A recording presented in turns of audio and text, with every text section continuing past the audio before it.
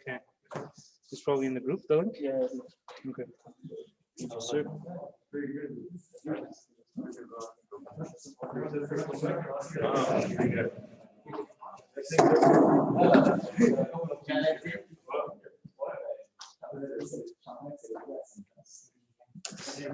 Wow. Who was just speaking? Who was speaking a second ago? Somebody spoke in French. Who spoke in French? No, Eric can't speak very well. No, he did it.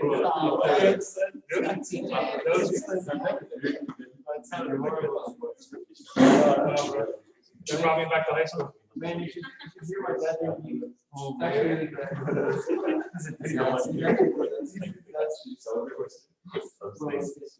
All right. So does everyone have access to the Slido? No. Yes. If you go into Slido and you put in code PSYG, Pope Shenouda Youth Group, PSYG, you'll be able to see the questions that are there.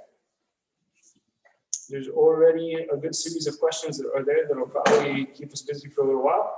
But obviously, as we go along, if any of you want to submit more questions or prioritize any of these questions, we'll go from most popular to least, and we'll go that way. Okay. Okay, first of all, we seriously miss you guys. It's so nice to have people back into church, and it just feels awkward that we're not like, it actually looks like I'm sitting in an AA meeting because all of you are distanced from each other. It's as if you guys are like have anger issues and we got to keep distance between all of you. Anyways, it also feels really great to speak in church without a mask on because like this has been my life for the last forever. So thank God you guys are like 15 feet away. Okay, here we go. Question number 1. Why is building a relationship with God so difficult sometimes? I feel like there are so many obstacles and distractions. Very good question. And I'm happy that the person is being honest in identifying the fact that building a relationship isn't something that is easy, right? You see, you have to understand that there is really a fight that is happening for the heart of the human being. I want you to try to imagine it this way. Imagine if you wish that you were in a relationship with your spouse and you know that there was a crazy ex who was out there trying to get your spouse's attention. And all they were hoping to do is to be able to get your spouse to leave you. It's not like they're actually interested in your spouse. They're only interested in hurting you and her or him. They're only interested in dividing what is holy. They're only interested in being able to create division where there was once unity. The devil's purpose is to break up the relationship between God and humanity. In Greek, the word devil is diabolos, where you have the root word divider. So to speak of the devil is to speak of him who divides. So when we speak of relationship and we say, why is it so hard? We got to remember in what context it's difficult to have a relationship with God. The Christian reality is one that truly believes that there is such a thing as spiritual warfare. We're not simply like every other religion where if you do a certain level of practices, if you meditate enough, if you offer enough of your time and your energy, that somehow you're capable of reaching on your own a state of Zen or a state of peace or a state of joy or whatever it may be that everyone's trying to attain. The whole purpose of the Christian life is relationship. And if I may dare so say myself, the real relationship behind that, the real purpose behind that relationship is union. And for some people, this is craziness. What do you mean you want to be one with God? Some people might hear this and think, oh, it's like the Eastern mystics who think that you could be absorbed into God. No. God's not interested in absorbing you and erasing you.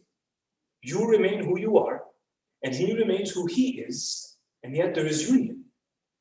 The church focuses on this so much that now when you are trying to pursue this union, this very real intimate relationship with Christ, and the devil is out there to try to distract you from offering yourself to him.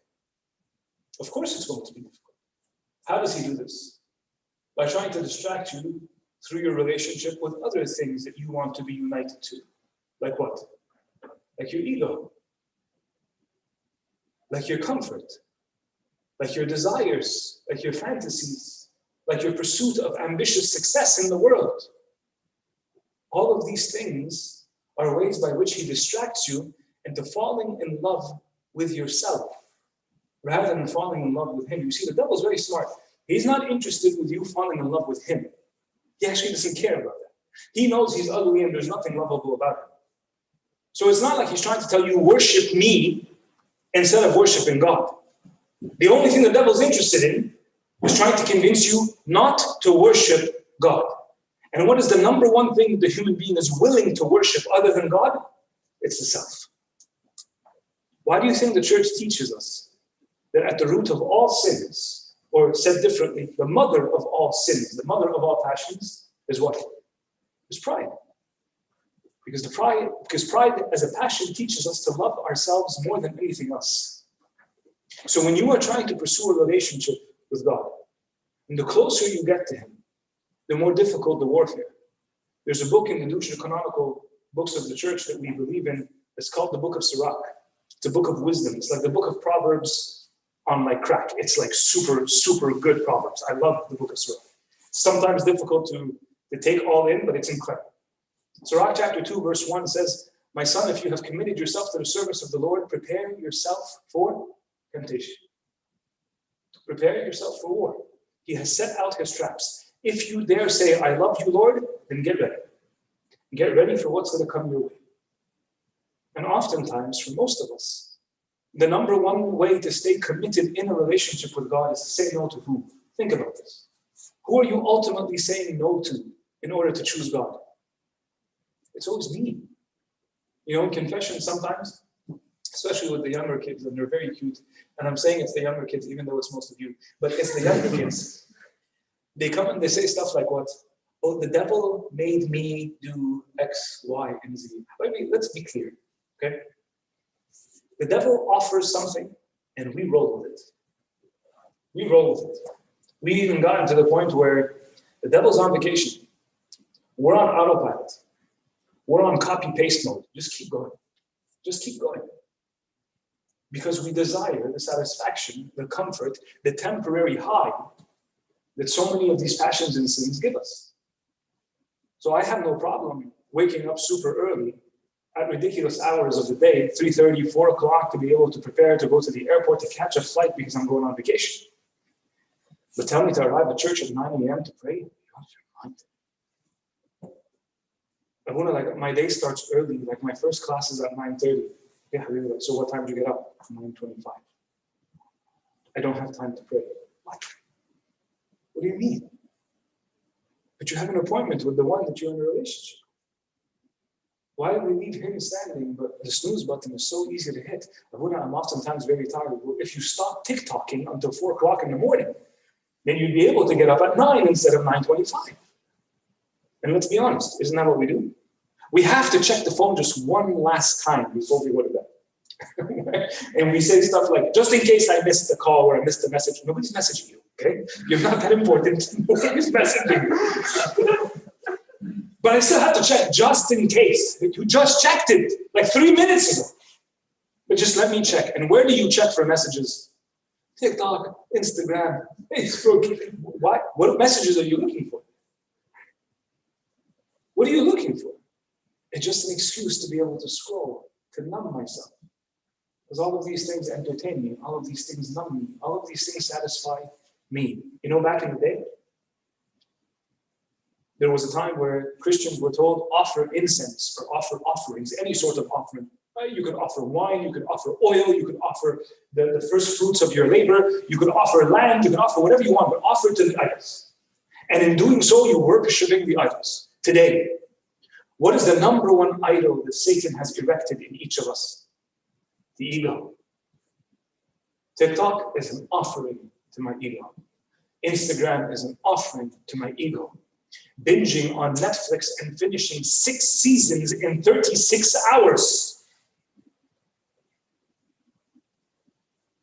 Yeah, I actually think you could do that. The average show is like 44 minutes or 50 minutes or whatever. You could probably do that. All of this is an offering to the ego. Lust, pornography, masturbation, addiction to substances, whatever it may be, gluttony, greed, anger, all of it is an offering to my ego. And all of it is being unfaithful to God, the person you're supposed to be in a relationship with. I'm proud of the person who asked this question because the question is relevant and is important. Being in a relationship with God requires commitment.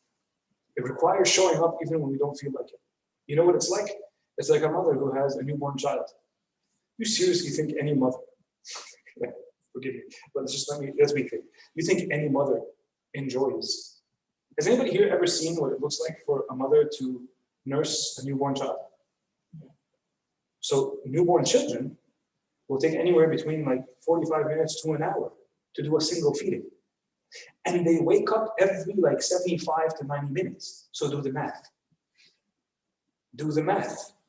It takes them 45 minutes to eat, and they wake up every hour and a half, which means the mom is getting literally 45 minutes of intervals where she can breathe before she has to go plug this thing back on her chest. The thing, baby, by the way, is the child. No mother desires to do this every hour and a half, every single evening for like, I don't know how many months. But why does she do that?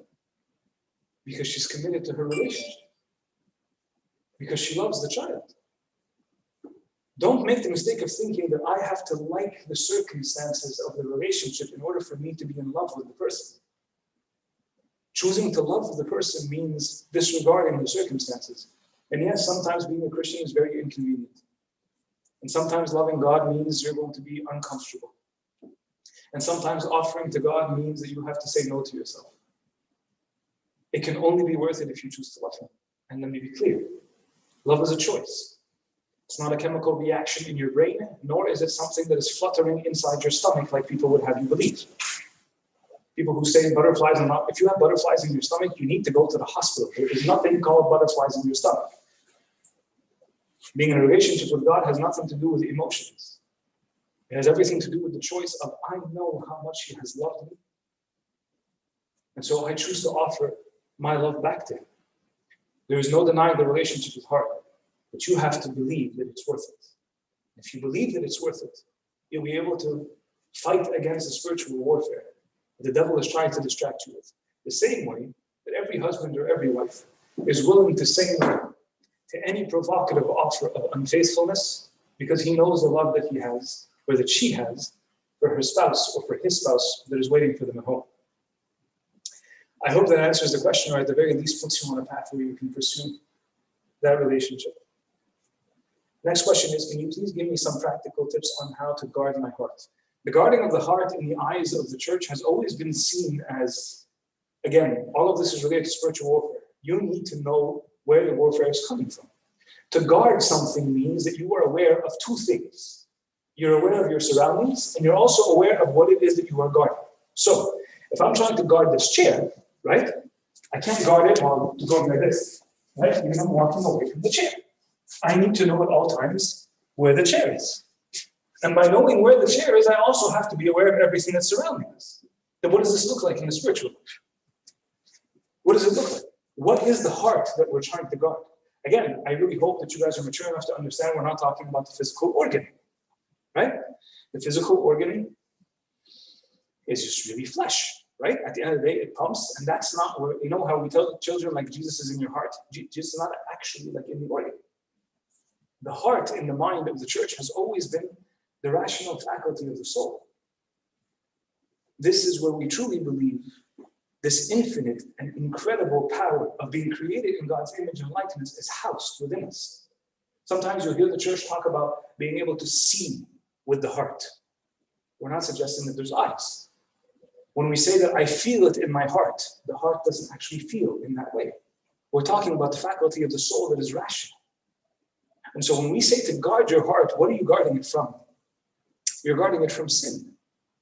The most basic advice that I can give all of you is that there are 5 different windows and doors by which the heart is oftentimes attacked. And it's always through the senses. Always through the senses. The heart is polluted and attacked through what you allow yourself to see, what you allow yourself to hear, what you allow yourself to speak, oftentimes even what you allow yourself to taste through gluttony, what you allow yourself to do, or the places that you allow yourself to go. Think of the senses in that way, but I will add to them 2 additional things. Guard your senses, guard your thoughts, and guard your desires. if you are constantly aware of where you are, then you are capable of guarding whatever it is that you're hoping to guard. The problem is when we become unaware, when we grow so numb that eventually we just forget where we are. You ever do that? You ever sit in a location like 3 or 4 of you are doing right now and you're actually somewhere else, right? You ever do that where you just allow yourself to fantasize and you're completely somewhere else? But let me ask you a different question, because that might sound like I'm talking about daydreaming. Have you ever been in the present moment completely absent because you're too busy regretting the past? Have you ever been completely absent from the present moment because you're too afraid of the future? You can never be truly present if you're regretting the past or anxious about the future, because both of those things steal from you the opportunity to be present. If you want to guard the heart, practice being watchful. Practice being present in the moment. We spend so much time looking behind us and regretting the decisions we've made, and so much time worrying about the future. And this paralyzes us from being able to be present in the moment and choosing to be thankful, choosing to be present, choosing to guard the heart and to invest in ourselves. The only way that we can actually begin to guard ourselves in a way where the heart is guarded and the soul is growing is if we practice watchfulness, is if we say, I will live today just for today.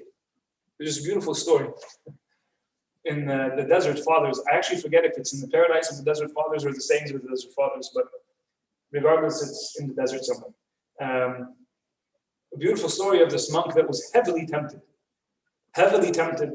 to go into despair. The devil told him, you're useless, your thoughts are absolutely impure, the people don't know who you really are, your desires, your sinfulness, the things that you've committed in your life, there is no hope for you. Do yourself a favor, pack your things, and leave this monastery. You are unworthy of this holy place. You are unworthy of this calling. And he didn't know what to do with this very heavy spirit of despair that was overwhelming. So he decided that he would adopt a philosophy in his life. And the philosophy was, I will leave the monastery tomorrow. But today, I'll take every blessing I can from it, because tomorrow I leave. So what happens? He wakes up and he says, I'm leaving tomorrow. So today, what do I need to do? Take it all in. Love all my brothers. Show them so much generosity. Reconcile with everyone. Take every blessing. Attend the liturgy and the vespers and do the prayers. Why? Because tomorrow I leave. And then tomorrow comes. But by the time tomorrow comes, what is it called? Tomorrow has changed its name. Tomorrow is no longer tomorrow, because tomorrow has become today. And what do we do today? We take in as much as we can. We love our brothers, we reconcile, we pray, we repent. Why? Because tomorrow I leave the monastery. It says he spent over 30 years in his monastery until he died with that philosophy.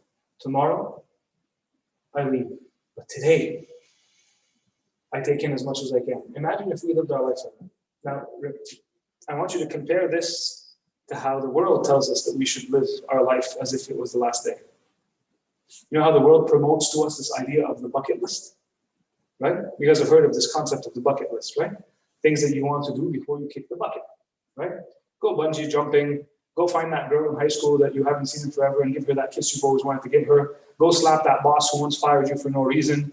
Go do whatever you want when it comes to spending all of your money. Go ahead and do everything. Why? Because tomorrow you die. Let us eat, let us drink, let us be merry, for tomorrow we die, is the philosophy of the world. And then Drake comes along and he teaches you guys to say YOLO, right? You only live once, so you might as well do whatever you want. So the world says, yes, you're right. You're right. Go ahead and assume that today is the last day. But it encourages you to live that day very different in the world. If we are serious about guarding our heart, then adopt the philosophy where just today,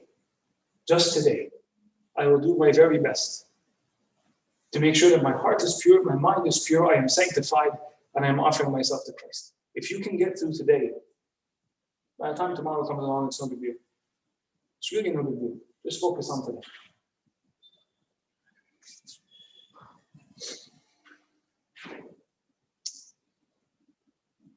Okay, third question. I once had a desire for prayer and Bible reading. How do I regain that? A very good question. The desire for prayer and the desire for Bible reading oftentimes comes because of the love that we have towards the person that we're doing this for. My concern is sometimes people fall out of love with prayer, and they fall out of love with tasbihah, or they fall out of love with liturgy, or they fall out of love with anything that is holy, because they were always doing it for the wrong reasons. They were always doing it because either, and this is something we've all experienced, you ever attended like a convention or a retreat or a spiritual day or heard a sermon, and then you come out of there and you're like, Alas, I am new, right? As of today, I am going to drip oil and walk on water, and I will be incredible, right? And I have given myself to Jesus. Amen, hallelujah, right? And we're so happy with ourselves. So happy with ourselves. What happens within about like 8 to 12 days? You go and hide underneath the rock that you came out from. And that's how we feel. And we're more discouraged than to ever think of ever going back, because now we're convinced this is useless, this is pointless. We weren't doing it for the right reasons. Let me share with you a very sad reality. Oftentimes people will not do something that they have been told their entire lives they have to stop or start doing until something serious happens to them. I know somebody in my family whom I love very much as a family member, who smoked for a ridiculous amount of time. Like this person smoked so heavily that like the person's nickname was Ashtray. Like I'm actually serious. Like the person used to light his cigarettes with a cigarette. Like for those of you who have ever had friends or family members who smoked, you know what I'm talking about. You take the edge of the cigarette and you light it through the burning of the previous cigarette. So it's constantly nonstop, right? So this person would go through easily 2.5 packs every single day. And for days on end, it will just be non-stop. Priests, bishops, their family members, people begged this person to stop smoking. And his response was, it's just not written for me. You ever heard of that concept? Mish Maktuberi? You've heard this before? Right? It's this idea of, this, I don't think God has it, like it's not in God's plan for me to stop. Right? So just stop wasting your time. And then this person had a stroke. And then it hit him that he was going to die. He was convinced that this was not going to happen because he lasted, I don't know how many decades. He was fine. And the stroke hit so hard that he actually started thinking of his family and his grandchildren. Overnight, he stopped. Bishops, people he respected, people he loved, people he said he would die for. Isn't that interesting? People he said he would die for. Begged him. I remember asking this person to stop, and his response was, in my face. Right? It's not written for me. This is who I am. We don't want to be that kind of person. We don't want to be the kind of person who sits there and says, I just don't have it in me to do these things. But you have to stop comparing yourself to when you once did it and you did it for the wrong reasons. If you want to be serious about doing it for the right reasons. And what is the only right reason to pursue Bible and prayer and liturgy? It's because you're pursuing a person, not rituals, not religion. Forgive me. If you're here for the sake of religion, you've misunderstood. Religion is man-made. Christ is a real person. Jesus Christ, our Lord and our Savior, didn't come to institute religion. He didn't come to teach human beings how to be good people. He saw humanity dying, and his intention was to take dead people and give them life. People who were in darkness, and to place them in the light. People who were living a lie, and to offer them the truth.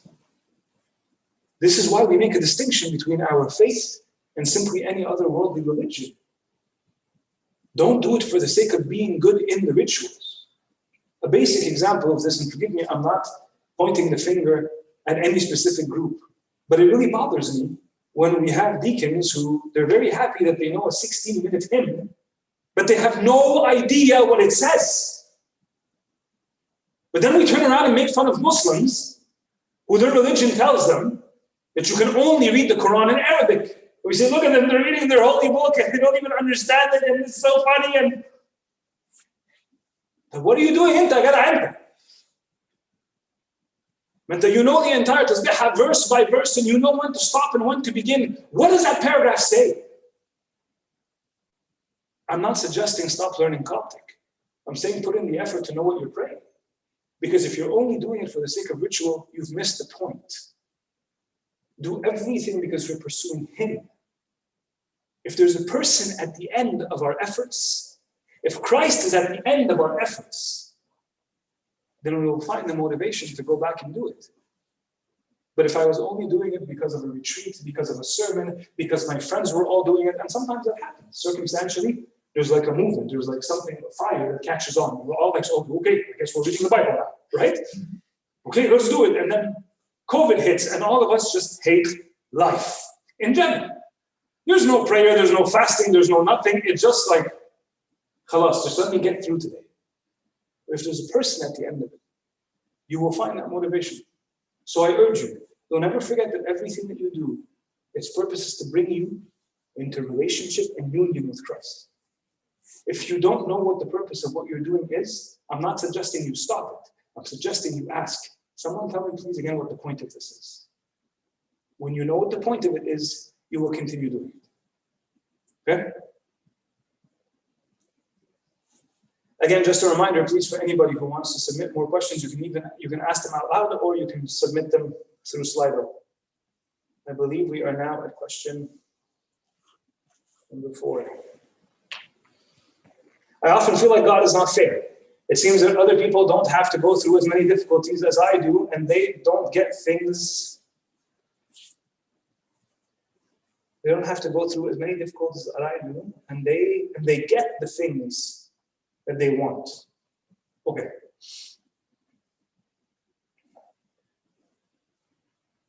Okay. Just forgive me. I shouldn't be doing this, but this is a really good point to try to make. Please lift your hand in all humility and all truth if you've ever been tempted with this thought that the grass is greener on the other side. Please. Okay. Please look around you. Okay? If everybody in the room put up their hand, which everyone did, and everyone's thinking that everyone else has it easier, who has it easy? This is crazy. This is crazy, but you have to believe me when I tell you this. Because of confession, I've come to realize that truly, there are some people who it's very easy to perceive or to think or to assume that life is good for them. Because they have what I don't have. And isn't that interesting that that's the standard of what a good life is? The standard of a good life for many of us is if I have what I don't have. So, if another person has what I don't have, but they don't have what I have, that's still better than me. That's messed up. That's very messed up. When the standard of what I consider to be fair or what I consider to be good is if anybody has what I don't have, then that's what I want. I can't emphasize this enough to you without, and the purpose is not to share with you guys confessions, but it's incredible. There isn't a single person who comes into confession who's not struggling, who's not being tortured by the devil, where there is no warfare. Everyone is broken in their own way. Everyone. Everyone. Let me be clear. Clergy, bishops, patriarchs, holy men and women, people who live in the mountains, people who live in monasteries, the nuns who have consecrated themselves to the world. There isn't a single person who isn't broken. Don't be foolish enough to fall into the trap of the devil of thinking that somehow that person has it easier because his brokenness is different than yours. You know how they say the grass is greener on the other side? That's a lie. The grass is green wherever you water it. If you don't want your grass to be green, the solution is not to put your house up for sale and to buy your neighbor's house. The solution is to work in your yard, to get on your knees, to take out the weeds, to put on the soil, and then to water it and to labor. Then the grass grows green. I urge you, as young men and women who are growing into adulthood and that you guys are going to be establishing your own lives as professionals and eventually establishing your own homes or going on to whatever God is calling you to do, your only focus should be, what has God said in my life, and not to be distracted by looking elsewhere. I don't know if this is still the case, but when I took driving classes to learn how to drive, do they still do that? Do they still have people like driving next to you and you have to go on the road? Okay, I'm just wondering. Okay. They used to teach us always that wherever your eyes are focused, that's the direction the car is going to go into. So if you're standing off a little bit to the left, the car is going to follow you to the left. Right? You should try this. Maybe not on a highway, but like, try it for yourselves on like 20 on a small street. Okay, when nobody's there. Okay. Look, like turn your head all the way to the right. Okay?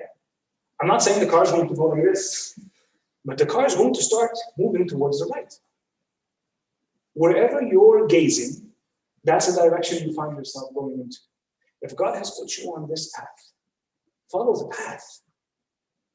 Don't be distracted by looking elsewhere. If you're looking elsewhere, you're going to fall off the path, and then you're going to blame God for putting you on the path that you fell off of. That's just not fair. That's just not fair. Am I trying to water it down and to say that some people don't have it rougher than others? No, Habibi. Definitely there are people who have it rougher than others.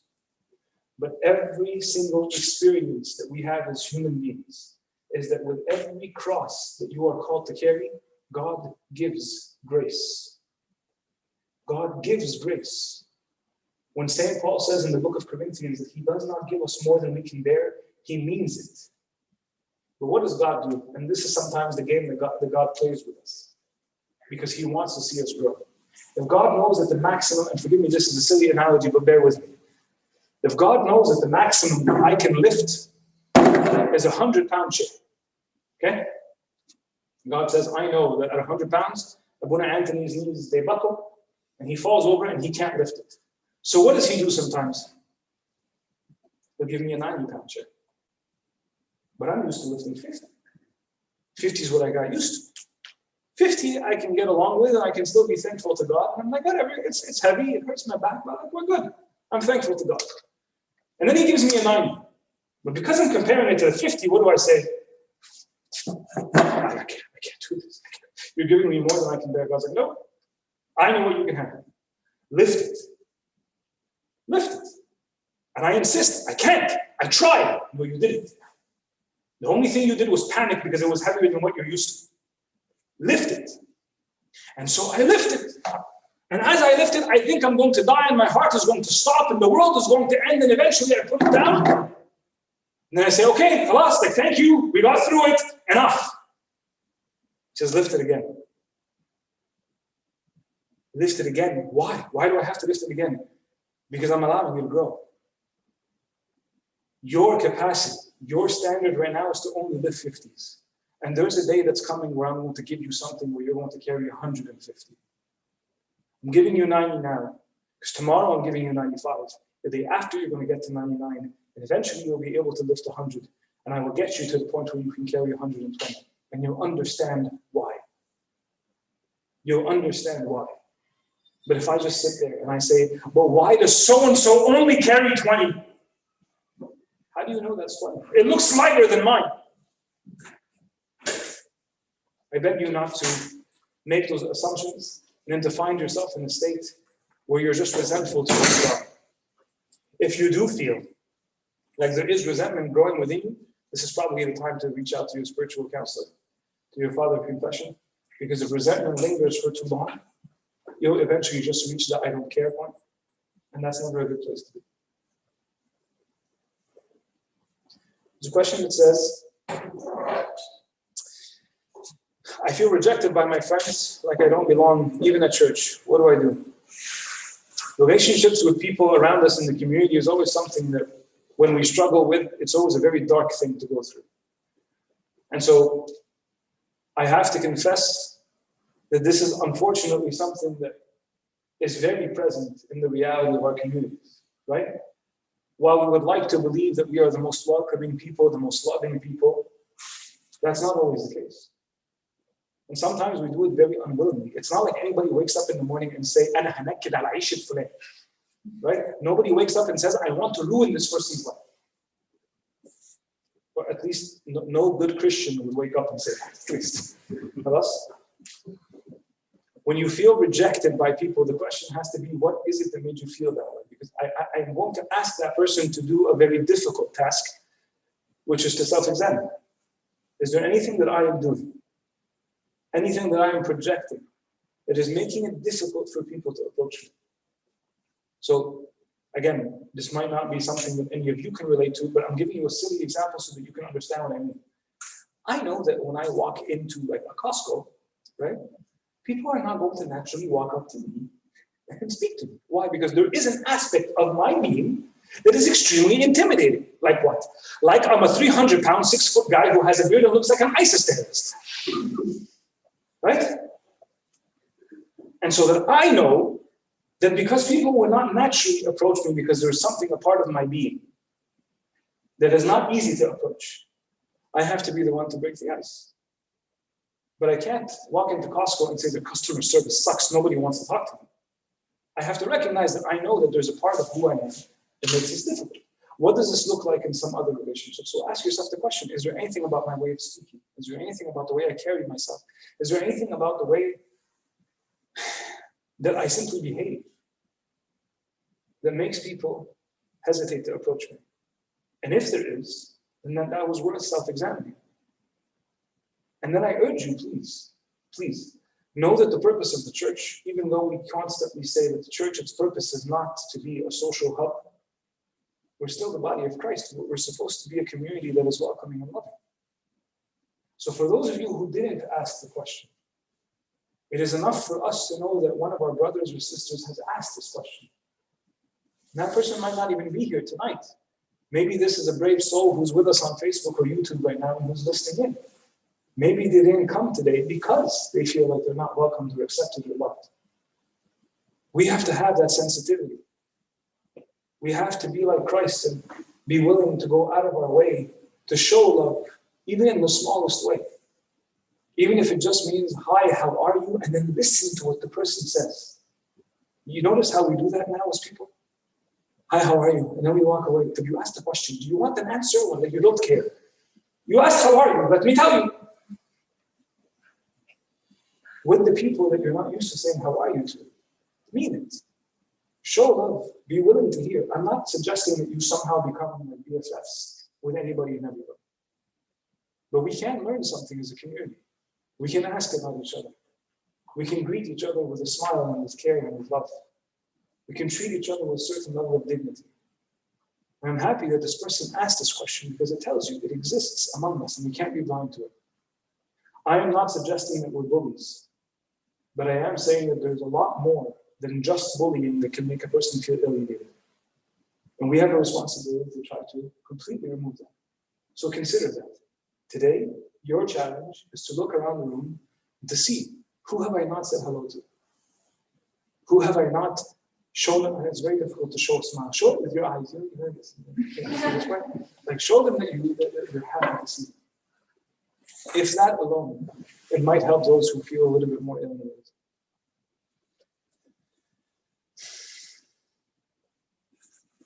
How do I not lose faith in God? Like, how do I keep trusting Him even when the things start to go badly? Very good question. I encourage people who confess to me often to do what is called a gratitude journal. A gratitude journal is basically sometimes to keep track of all the things that you are thankful for. But there's one exercise that I encourage all of you to do because this has helped me so much in my own life. There are periods in our lives where we really feel like when we're going through it, we're 100% convinced this is going to be the end of my life as I know it. This is going to end. This is going to change my life forever. And while I'm going through it, I'm screaming at the top of my lungs, where are you, God? And I'm constantly crying out to him and saying, I'm done with you. I've failed. You haven't shown up. You haven't helped. I've begged. I've cried. I've repented. I've lit candles. I've given to the church. I've even done matangas. Huh? And nothing. And as I'm going through it, I feel like I'm completely abandoned. And I have many of those examples in my life. But those examples are worthwhile. Why? Because after I have my tantrum, and it passes, oftentimes there are moments in my life where I can look back and I can see, okay, yeah, okay, now I can see how he actually was kind of there. Like he set it up in a way where like if this wouldn't have happened, then that wouldn't have happened. Okay, I see it. And I have maybe like 2, 3, 4, 5, and in my life personally, there's probably a dozen of those examples. And I don't learn. I don't learn. Every time there's something that is like existential that happens, I have my teenage tantrum with God. And I forget. So what's the exercise I'm encouraging all of you to do? Write down 3 of the greatest of examples that you have of those circumstances. The tantrum, that then later you have that realization of, you know how they say hindsight is 20/20? You've heard this before? Right? Where then looking back, you're like, okay, I can see how God sort of like perfectly managed this. Write down 3 of those examples. And whenever you feel like you're panicking and you can't trust him and he's not there, read those 3 examples to yourself. Write them down on your phone. Put them in one of those notepads that's like password protected or whatever. And open it up every once in a while and remind yourself how he always does come through. And the world never really ends the way I think it will. And oftentimes it's not worth my overreaction or my lack of sleep or my anxiety or my stress. He does come through. Turn to those examples and remind yourself of how he does. In doing that, you might find yourself being able to breathe a little bit better, and your prayer and your conversation with him will change.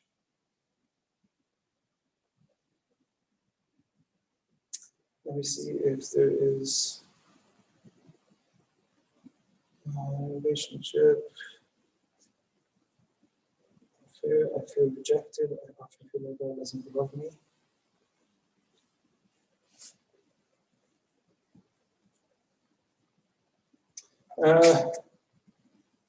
Okay, so I think this question is related to the one we just answered. I often feel like God doesn't love me, and I am not able to trust him because it seems like everything is going wrong in my life, and I don't get anything I want. So where this is maybe a little bit different from the question we answered before is that part that says where I don't get anything I want. That worries me, I have to be honest. It worries me because what's being said in that statement is that God is there to give me what I want. What does that mean? Is God like some sort of divine vending machine? You walk up to and you put in the right currency and you press the buttons and then he's got to give you what you ask for.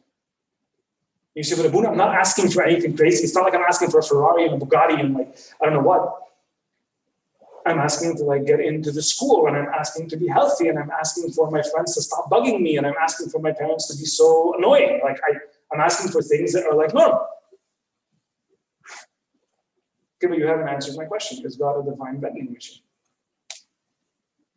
You guys have watched Aladdin before? You understand the concept of the genie? You grab the bottle, you rub the bottle, you say the magic words, and then he shows up and says what? Abdak bin Hayy, right? Something like that. Basically, here are your 3 wishes, right? I am your slave, tell me what you wish. If God has become nothing more than a divine vending machine or the genie in the lamp that is there to be able to give you what you want, you are doomed to hate him. You are doomed to hate him. And you will hate him. Because you will be convinced of a lie. And the lie that you might be convinced of is that God is there to give you what you want. No, he's not. God is there to give you life, and that life might be filled with grace. As a matter of fact, if you're reading the same Bible as me, the only thing he makes very clear is that because they have hated me, they will also hate you. And as I was persecuted, so you also will be persecuted. And they will come after you and they will chase you, and there will come a day when the world will think that it does God a favor by persecuting you. The message of the gospel is clear. Those who choose to follow him will follow in his footsteps. And what footsteps did Jesus take? Show me in the gospel where it says that Jesus was comfortable and happy and he said, "Oh, daddy, daddy, give me what I want." And the Father gave him what he wanted. I know I'm being sarcastic. I know I'm being annoying by it. But I ask you, please ask yourself, what gospel are you following? If we are upset at God because he doesn't give us what we want, then the question has to be, what are you asking for? What are you asking for? Let me make it very clear. If you're asking for anything outside of you, you've missed the point. Let me repeat that. If you're asking for anything outside of you, like getting into a good school, is that inside of me or outside of me? No, that's very much outside of me. So I shouldn't pray that I get into a good school? No. What you should be praying for is your salvation and whatever aligns with that salvation. Because if you end up going to a good school in a place where you have access to absolutely no spiritual life, and in the process you lose yourself, but you come back home and mommy and daddy are very happy that they get to call you doctor, then what have you benefited? What have you benefited? If you are asking for anything outside of you, ask yourself, how can I make this prayer about something that's within me? Pray for grace. Pray for peace. Pray for joy. Pray for wisdom. Pray for discernment. Pray for faithfulness. Pray for confidence. Pray that you may be able to remain in a relationship of trust with him. But if everything we're praying for is outside of ourselves, the only thing outside of us that we should pray for is his will. Is it okay for me to pray for like a family member who's dying? Of course, Habib, but pray for his will more than anything else. You know, the first time there's a prayer in the unction of the sick. Some of you have heard me say this, but it's so funny because I always get I learn stuff as a priest by doing things wrong. Okay? In the unction of the sick, there's 7 different prayers that we pray. And in the first prayer of the unction of the sick, there's a part in Coptic reader that's actually grayed out.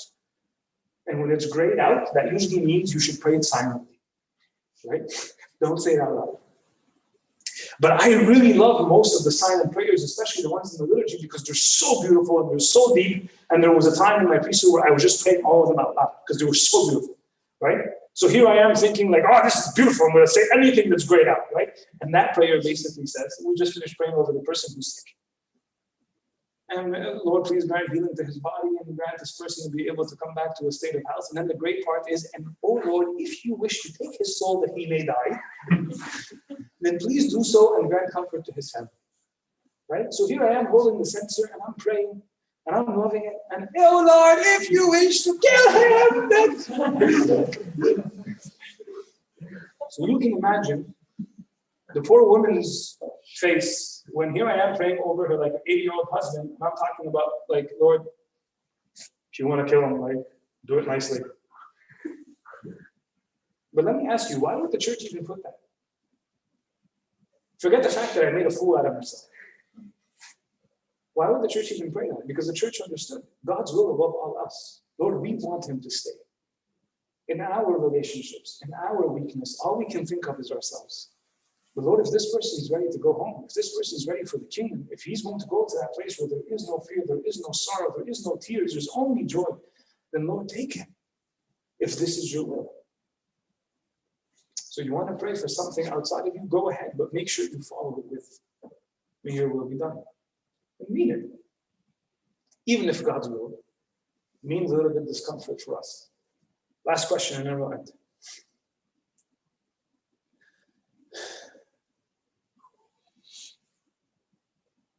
How do you set boundaries with friends or family without feeling guilty about the fear of hurting them? Oh, this is a new question. The question before it is, what do I do when I stop caring about everything related to God? That's a very honest question.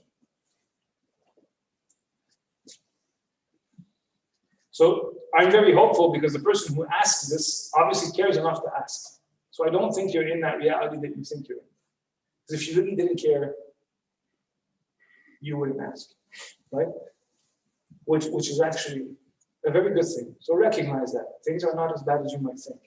Because you clearly care enough to want to know. Which is in and of itself something that might give you a little bit of comfort. But if we really are in a state where we don't care about anything anymore, then Lord have mercy. We can only hope for His mercy, because if we don't care, we can't do anything. Why? Because He created you free. And what sucks about being a human being who is free is that when you don't care, chances are you're going to choose you 100 times out of 100.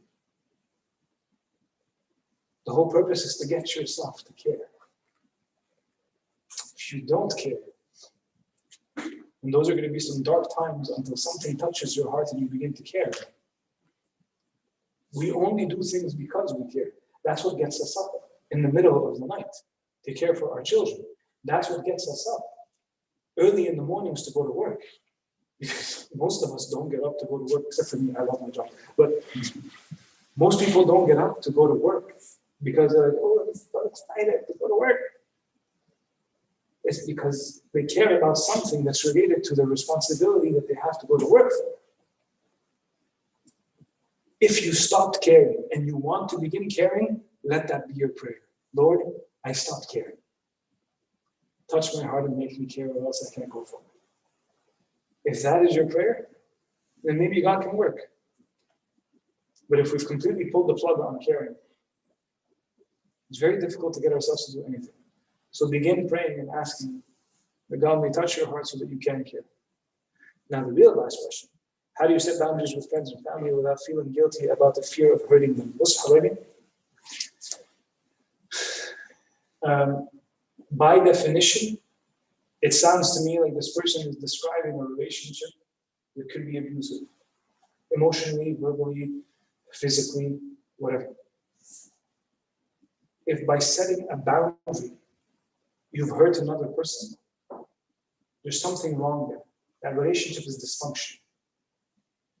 Because if you're dealing with a person who says, no, you either let me in where I want, or I'm hurt. Well, hold on a second. I'm telling you that I need you to take a step back because I need this boundary. And you claim to care for me. And your response in caring for me, calling me your friend, your brother, your sister, your son, your daughter, your husband, your wife, is saying, no, if you care truly for me, no boundaries. That's dysfunctional by every meaning of the word.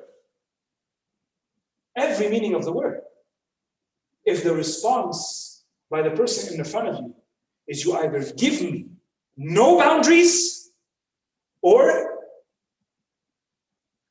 you hurt my feelings and this relationship can't continue. That's blackmail. That's emotional blackmail.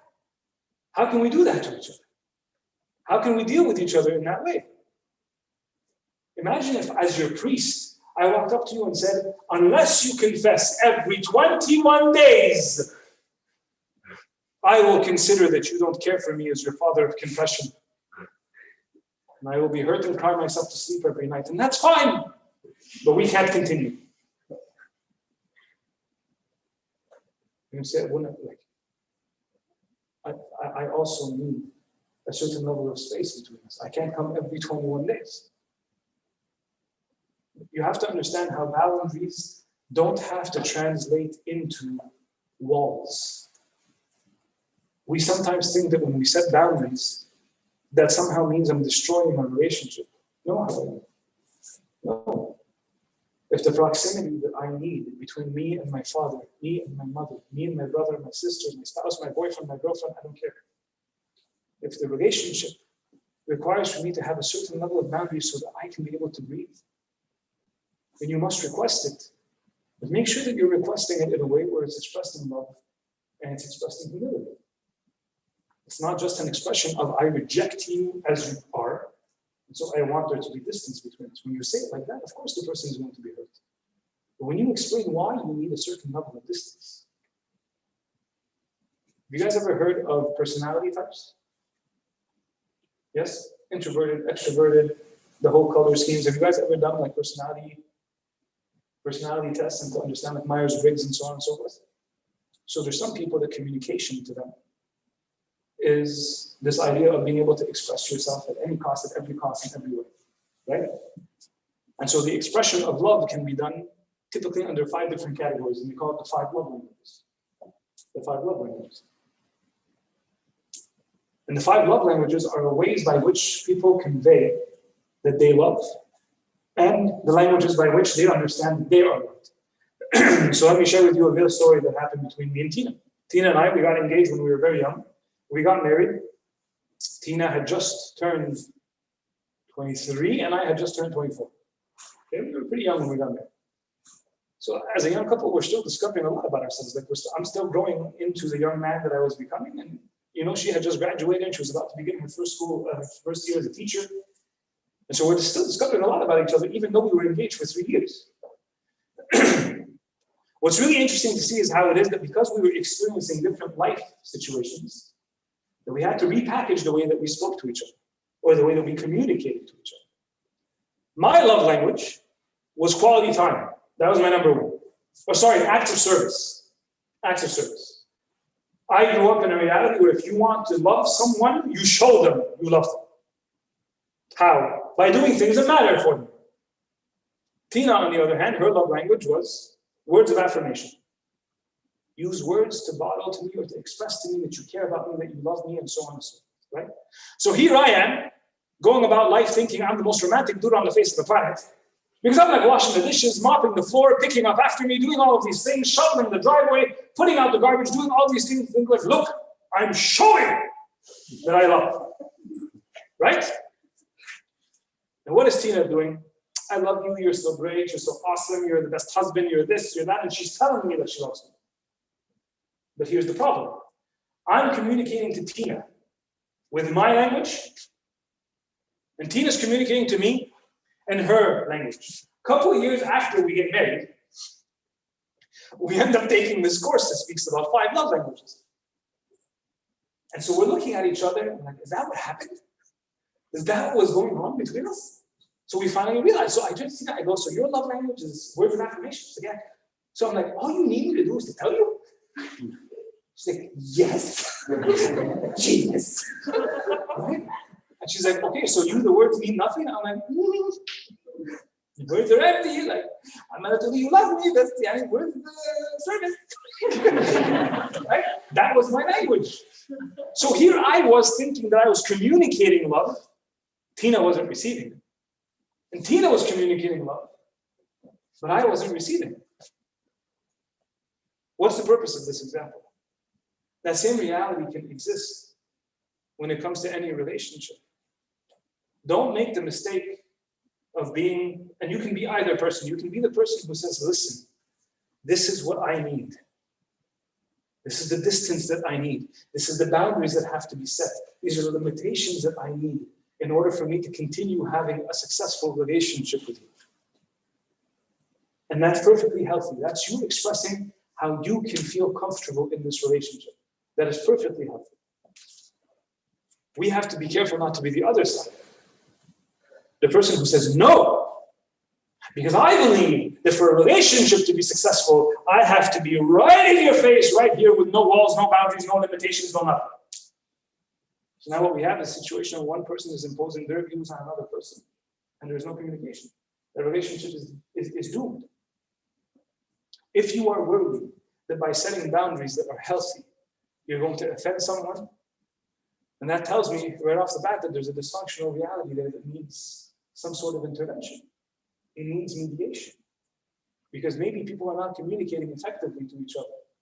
That they're both wanting what's best for the relationship, but they're just not agreeing on what that looks like. It is enough for us to know that we want what's best. As for how we negotiate what the boundaries look like, we have to be open to that. But if everybody's just trying to impose their view, one person will definitely feel abused. So please, I urge you, if you are in a relationship where things are dysfunctional and you need to set boundaries and the person is saying all or nothing, I'm going to urge you to not worry and to place the boundaries that you need. Because if you need that boundary to remain healthy and to remain safe and to remain happy, then that's perfectly okay. If you think you're asking for too much or you're being accused of being selfish, then come and ask somebody who's third party. Ask a person who's from outside who can give you an unbiased opinion as to whether or not maybe you're building a boundary for no reason and you don't have a good reason to do that. Any other questions in the room before we conclude and pray? All right. Kareem, any announcements? No? Next week we'll start a series on modern day saints, so that should be interesting. Keep your eye out for announcements, because with Ontario moving into phase 2 next Wednesday, we'll be looking to do more events outdoors and stuff. So something to look forward to, but nothing for the time being.